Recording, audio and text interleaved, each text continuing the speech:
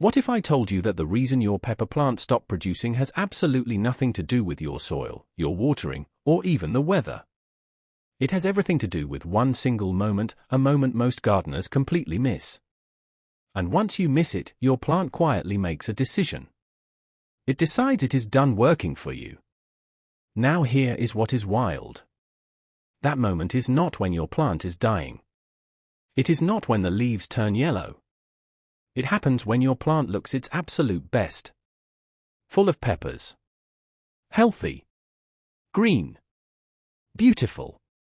And that right there is the trap.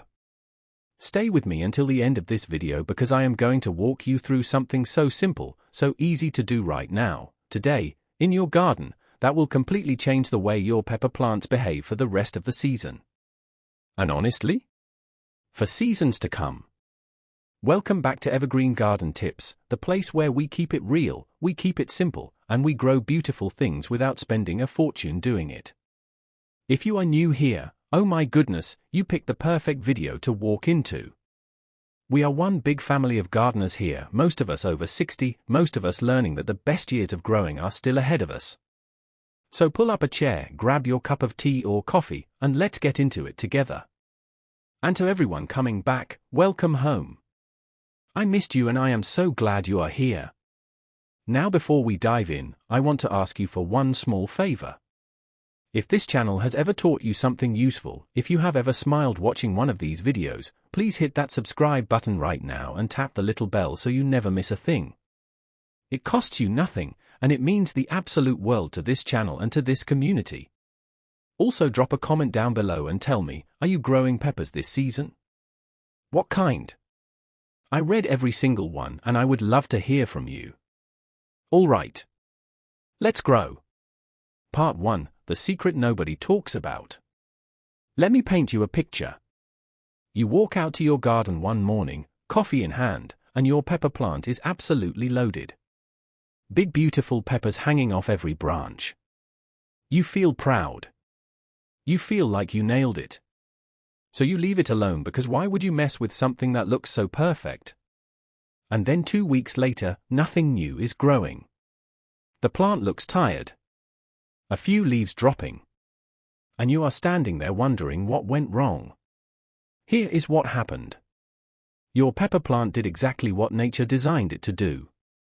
It grew fruit, it filled those fruits with seeds, and the moment those seeds were mature and ready, the plant said to itself, my job is done. I have made my babies. I can rest now. That is not a sick plant. That is a plant that finished its mission. And your job as the gardener is to gently remind it that the mission is not finished yet. How do you do that? 2 words. Harvest often. And harvest early. Part 2, the harvesting trick that changes everything. Most people wait until their peppers are fully ripe before they pick them. Deep red, deep yellow, full color. And look, there is nothing wrong with that. Those peppers taste incredible. But here is the thing nobody tells you. Every single day that a fully mature pepper stays on that plant, it is quietly draining energy. The plant is working hard to keep that pepper alive and perfect. And while it is doing that, it is not putting energy into making new flowers. No new flowers means no new peppers.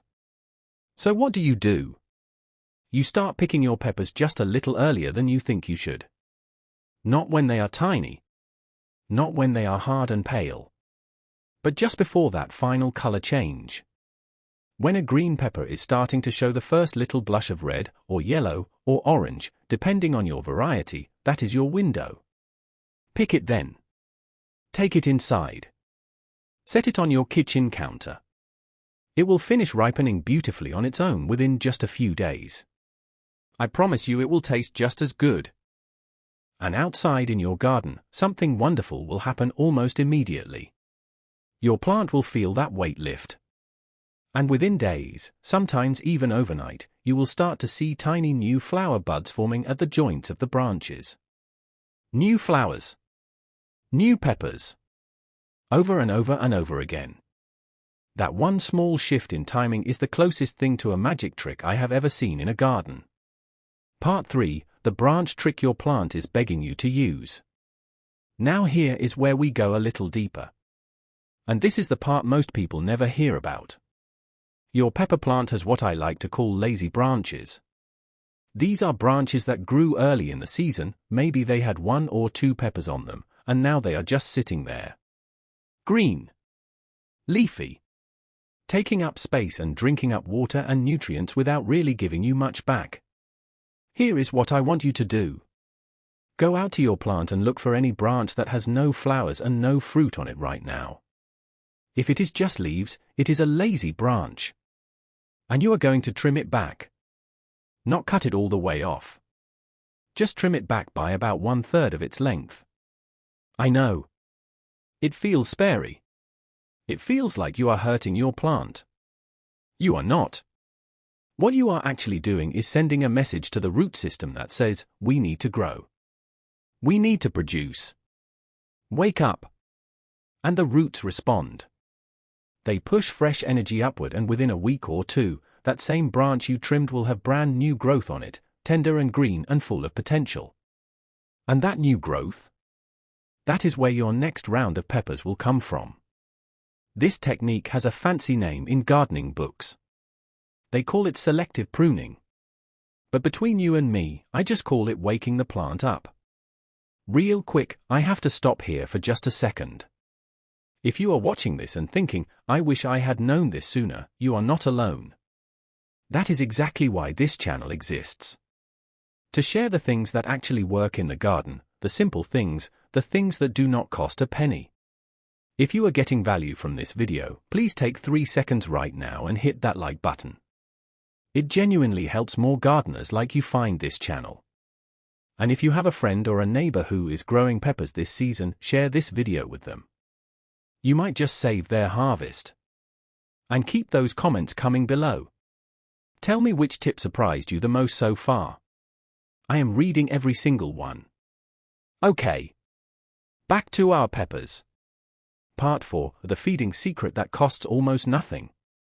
Now let us talk about feeding your pepper plants, because this is where so many gardeners get it backwards.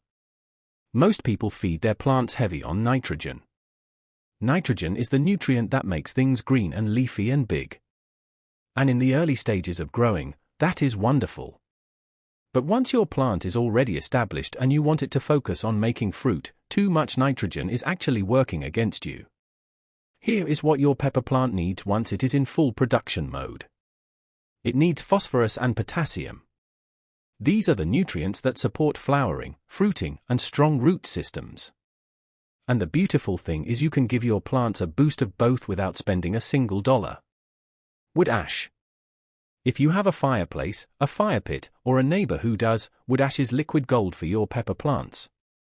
Just a small sprinkle around the base of each plant, maybe a tablespoon or 2, work gently into the soil, gives your plant a natural boost of potassium that will encourage it to keep flowering.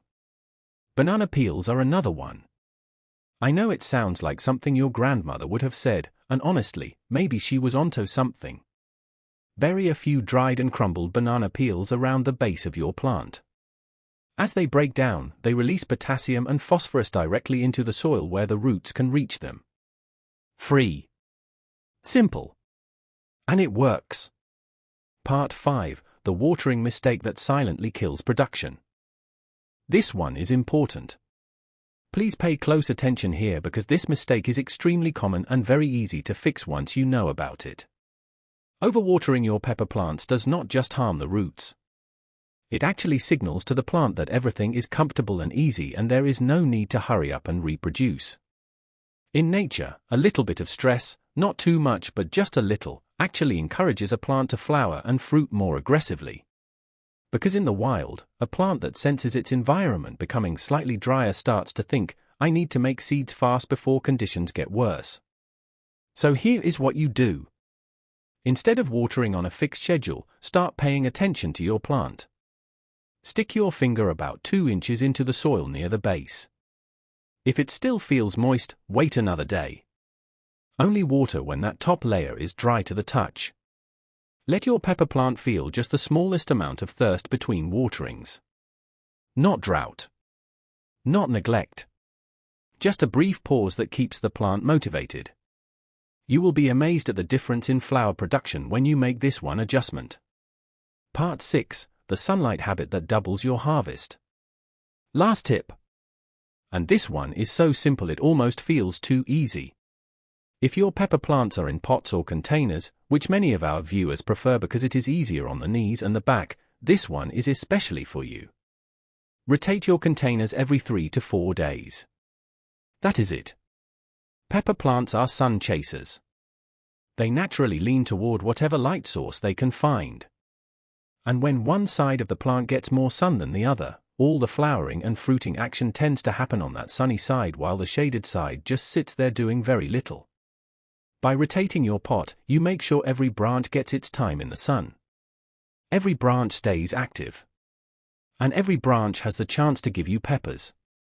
For those of you with peppers planted directly in the ground, look at whether any large leaves or nearby plants might be casting shade on parts of your pepper plant during peak sun hours. Sometimes just removing 1 or 2 big leaves that are blocking the light below is enough to wake up the lower branches and get them producing. So let us bring it all together because I want you to walk away from this video with a clear picture of exactly what to do. Start harvesting your peppers a little earlier, just before full color, and let them finish ripening on your counter. Trim back any branches that are just sitting there with nothing on them. Switch from nitrogen-heavy feeding to potassium and phosphorus support using wood ash or banana peels. Water deeply but less frequently and let your plant feel just a little bit of healthy thirst between sessions.